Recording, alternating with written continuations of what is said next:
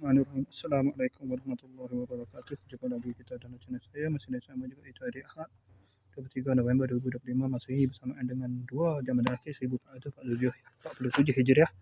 Okey, sekarang ini pukul 6.26 minit UTS. Seperti biasa video dari report kita untuk hari ini.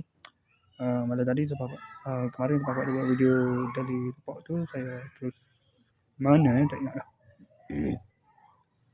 Sudah mana malam? Saya pergi mini petas seperti biasa. Lepas tu jadi tak?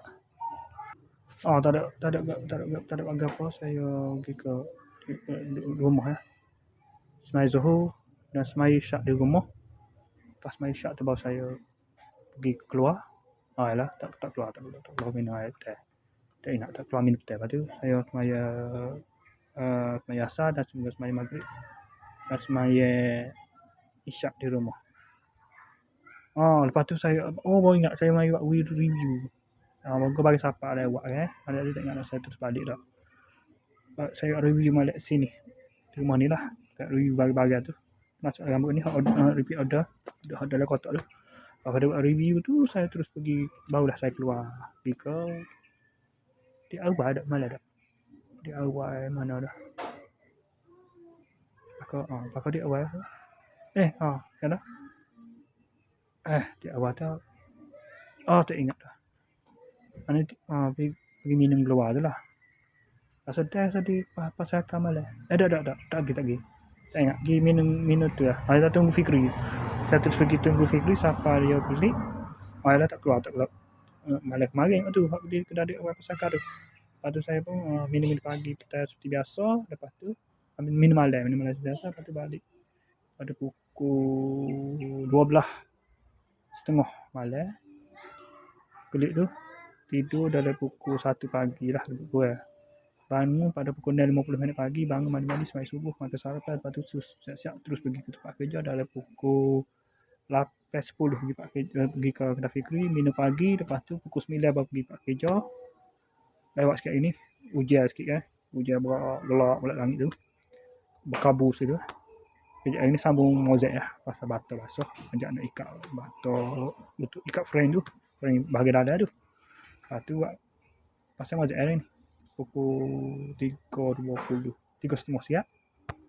3.40 balik ke rumah. Terus balik ke rumah lah. Tak ada singgah sini ya. Terus balik ke rumah tu semaya asar dan semaya zuhur. Pada pukul 4 lah semaya zuhur. Semaya asar pukul 5.20 semaya tu. Lepas tu saya buat penyambungnya wiring sikit. Saya beli mai dulu lagi lah. Dalam saya beli awal tu pelak saya beli tu, kakak beli tu lagi. Marin tu saya kedai dua ya bedal eco shop marin pun saya ada beli juga pelak tu. Buat situ murah kan 2 yang 6 dah. Tapi saya beli hak malam marin lah. Saya beli tu pasal untuk di dinding tu pasal dia besar kan. Dia lubang luah tu untuk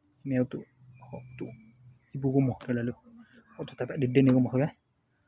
Baik ajak kau tu lah. Mai kau tu. Pakai sambung pak masuk plak situ lah. Mana tak perlu tutup suiha ibu lah. Meta tak tutup meta. Lepas tu saya pun selesai kerja tu. Barulah semaya asar. Semaya asar tu mai sini buat video review ni. Seperti Afiq Ikman. Lepas tu buat video dari report. Okey, saya saja untuk sesi video dari report. Saya nak pergi hantar ke dia hadiah ni.